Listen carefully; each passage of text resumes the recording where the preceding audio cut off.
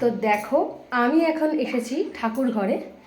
আর ঠাকুর ঘরে দেখো একজন কি করছে সেটা দেখাবো। আর ঠাকুর ঘরে কেন এলাম সেটাও তোমাদেরকে দেখাচ্ছি, মানে বলছি দেখো।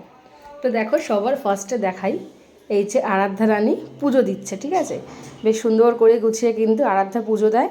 আর এই যে আমাদের সিংহাসন, আমাদের ঠাকুর, এগুলো তো তোমরা অনেকবারই দেখেছো এর আগে। এই যে মা সরস্বতী বসে আছেন আগের বছরের। আর এই যে কালকে নতুন ঠাকুর নিয়ে এসেছি দিদি ভাই আর আমি মিলে। এই যে মুখটা ঢাকা দেওয়া, মুখ তো তোমরা দেখতে পাবে না, কালকে দেখাবো একেবারে মুখ। খুব সুন্দর হয়েছে মুখটা, সাজটাও খুব সুন্দর হয়েছে। ইনি হচ্ছেন আমাদের নতুন মা সরস্বতী 2025-এর, মানে এবছরের। আর এই যে কালকে ফল বাজার, দশকর্মা সমস্ত কিছু করে নিয়ে এসেছি, ঠিক আছে।